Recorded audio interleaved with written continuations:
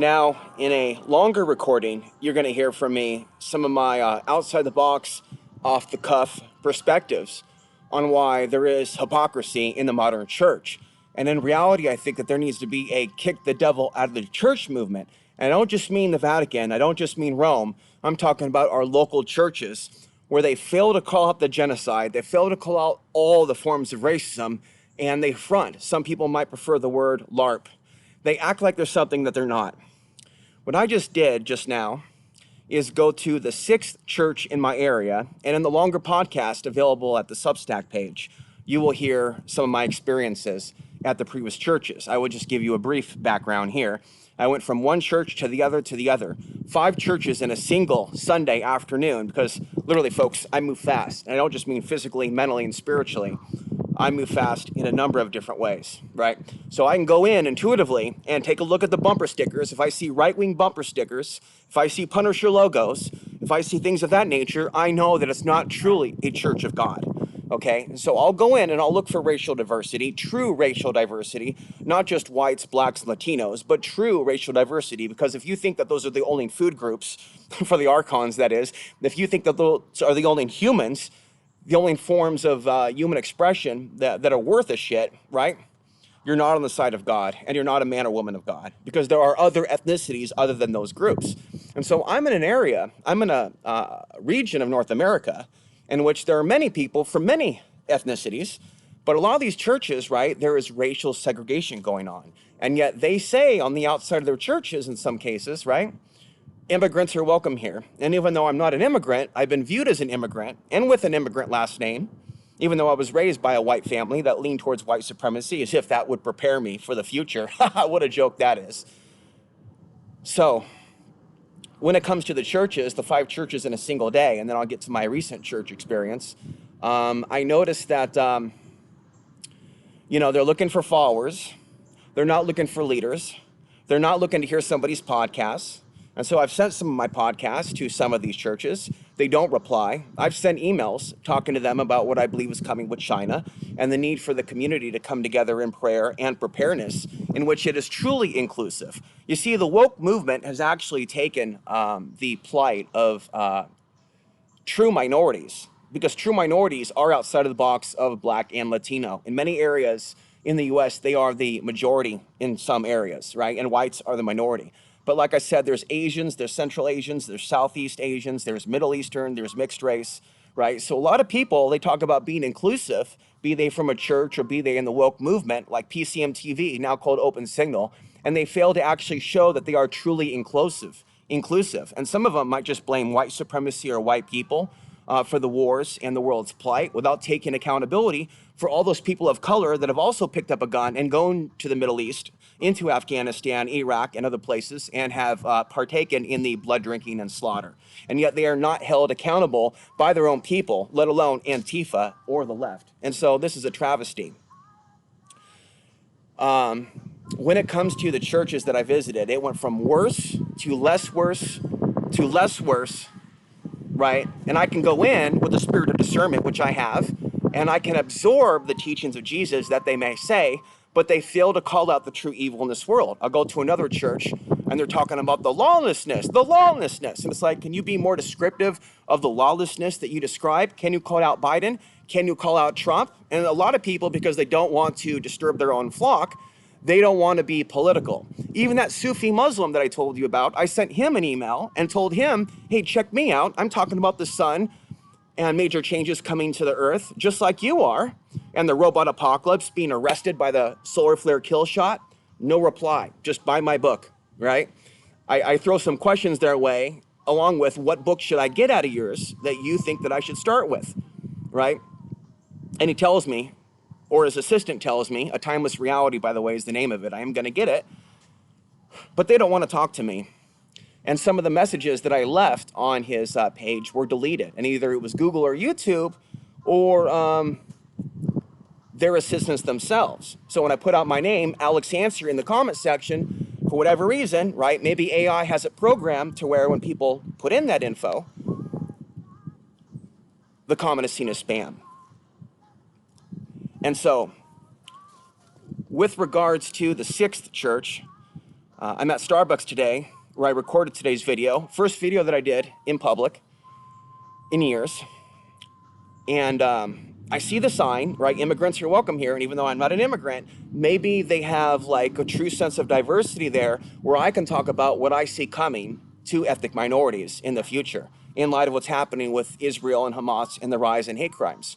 And I go in and it's all elderly white people, which I'm fine with. But what loses me is the constantly standing up and singing for 30 minutes, 45 minutes. And then the pastor says, we're not going to go through the book today. We're just going to sing and sing and sing. And here's my response to that. Being at a lot of these churches that just want to sing and sing and sing and sing and sing. They're real quick to judge my mother for being a dancer in 1993 in Wilsonville, Oregon, where I was involved as a child actor, not for Hollywood, but for a church, okay? For a church that was putting on a play with children. So back when I lived on the 40 acres in Aurora, Oregon, with my grandpa and grandma, now deceased. Hope they're doing well wherever they are. Hopefully they're in heaven, but sometimes I wonder. And so we're out there in Wilsonville, Oregon, and they say to my mother, because you're interested in dancing, you know, we have a policy of no dancing in our church. It's unchristian. And even though I have disagreements with my mother, I actually understand why she got forced into the New Age movement. It's probably because of the discrimination that she faced having a child without a husband, a mixed race child, and maybe having spiritual beliefs outside of that which is approved by the church. So she ended up in the arms of the New Age movement, and they deceived her every step of the way, every channeler, every psychic, and so that's not good. And that's why a lot of people are in the New Age movement, not to be confused with ancient spiritual teachings from the East. The New Age movement is the stuff of a modern day and age that these human beings have decided to engage in, channeling particular deities that have no documented history of helping humanity in the past, certain archangels, and praying to aliens as if they're our Lord and Savior, which is a big, big mistake. So is UFO chasing, going to Canada, chasing UFOs and trying to make contact, and basically following the advice of Stephen Greer of the Disclosure Project, which is why I do not get involved in supporting people that promote the official view of disclosure, because the idea of our government actually telling us the truth about the unseen forces is a farce. And anyone thinking that our government would be telling us the truth or engaging in disclosure has no idea about the true satanic influence over modern day society. And so when I go into a church, they can be welcoming, and I said, hey, I saw the sign. But as soon as I walk in, they're all looking at me like, ooh, we have a live one here. And I say, yeah, I saw the sign, so I thought I would pull over and come in. It was like, you don't have to see the sign to come in. Well, actually, sir, if you actually wanted to hear my view on things, I would explain to you why I believe that we need to kick the devil out of the church and why there's a lot of people in the society that act like they're servants of Jesus Christ, but fail to push back against the satanic hatred in our society. I went to another church, right? This is a month ago, and I walk in and I say, does your pastor preach against supremacy ideology and white nationalism? Because I can't find anything in the Bible that promotes this. And the volunteer there or staff member says, that's rude. Really? That's rude to ask you that question before I step into your place of worship and waste my time? You're not a woman of God. You're not a person of God. Because if you were, you would understand where I'm coming from. And so that church is all white. The other church is all white. And so before you get defensive, put yourself in my shoes. So let's say you're white, which 99% of you are, right? Because the algorithm won't take my content to people of color, right? And don't you forget it. Right? You can't say that the country's being filled with non-white immigrants and then say to me that it's normal for my audience to be 99% white. I mean, think, McFly. Think about this. Think. So if you're white and you go to one church and it's all Middle Eastern people, or it's all Arabs, or it's all black people, or it's all Hispanic, you're going to feel, right, that you're outnumbered, that maybe you don't belong. And it's going to be totally normal for you to go on social media and go, I don't know if this is the right fit for me. It might be a sign that these people don't want me there. And it doesn't mean that they're racist. It means that people are so tribal now in our modern day and age with social media mind control that even though if they say they're love and light and everybody's welcome, it doesn't actually mean that everybody really is welcome. A lot of people are LARPing and they're fronting. Let's say you're black and you go to a church that's all white people. Unless that church is admittedly against racism towards black people, which a lot of them are now. A lot of them are admittedly against racism towards black people. And they have said in 2020, when the protests were going on, Black Lives Matter. Not that I support the violent protests, but there's nothing wrong with that as a statement. What's wrong with it is the militancy in it. What's wrong is Black Lives Matter supporting Hamas. What's wrong is the corruption of Black Lives Matter at the top, the corporation, the people that took the money from the people and stuck it in their own pocket. And I can go on and on and on. And thank God for people like Terry Crews for speaking out against black supremacy, which does exist.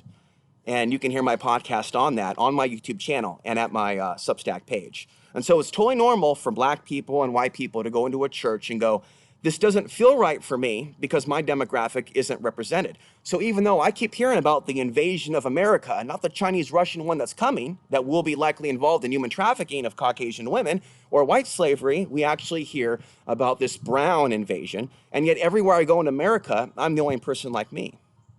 And the people that actually are ethnic, they actually are Muslim, people from foreign countries, they seem to hate me.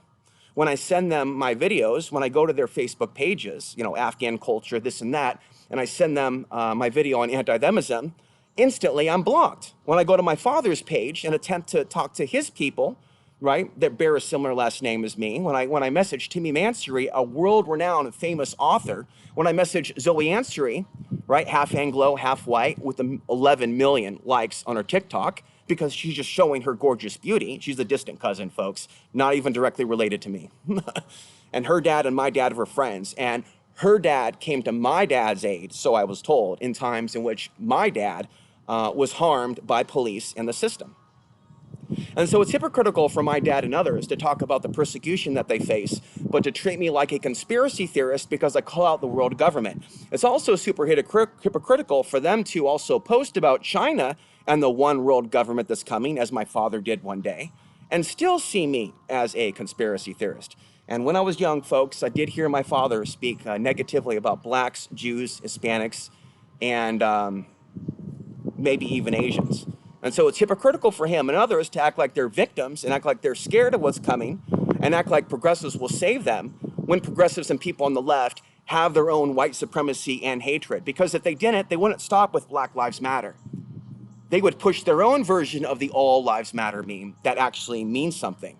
Not the right-wing All Lives Matter, where it's just their lives, but not Afghan lives or Iraqi lives or Yemenis lives. They're just saying All Lives Matter to counter Black Lives Matter. But I mean a true All Lives Matter without the word being co-opted. And so I know, folks, that there's no moss for me. I've called the moss. I've emailed the moss in my area and other places, and they will not even reply to me. They will either ignore me or they will block me. And so I will continue studying the true teachings of Jesus. But ultimately, folks, even before I came across my first Bible, I was speaking about the teachings of Jesus for a long, long time. I was speaking out against just depending on a firearm to defend yourself, how it's actually better to learn how to fight with your hands so you don't kill someone.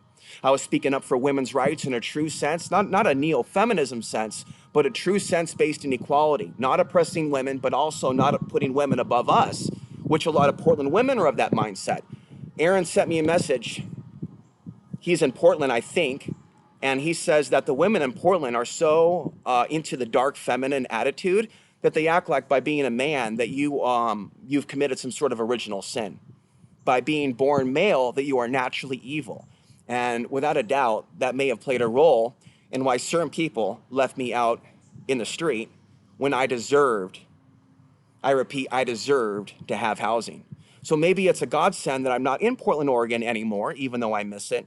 And I miss my friend, my Japanese friend, who lives in Portland, Oregon, who is elderly. And I'm going to pray for him. And I ask that for those of you that are praying for me, that you also pray for him, that you pray for my mother, that you pray for my father, that they will come to know the truth about this matrix so that when they do pass over, which will be at some point in the future, they will not be stuck in the abyss or the pit of hell. Because there's a lot of people out there in our society that have not woken up, that are listening to the wrong media, that are listening to the wrong people, right? That have involved themselves to a certain degree in the wickedness of this world without repenting, without realizing the damage that they've done to their children, to themselves, with their alcohol, with their fornication, with their cigarettes, with their Diet Coke, with their aspartame, with their false New Age teachings, with a misunderstanding of their own religion, right? They could sit there and pray 5 times a day to what they call Allah, but they could sit there and break every one of God's laws and not expect something to happen to them and their soul when they pass over into the other side. And I'm here to tell them, no, you're not going to get away with being an unconscious zombie, because you were not born on this planet by accident. So I sacrificed my flesh, just like another human that you knew back in the day. I sacrificed my flesh to wake as many people up on this planet as possible, right? Because I would have never left my land in Colorado if the devil of this world had not sent people after me to come against me, to speak against me.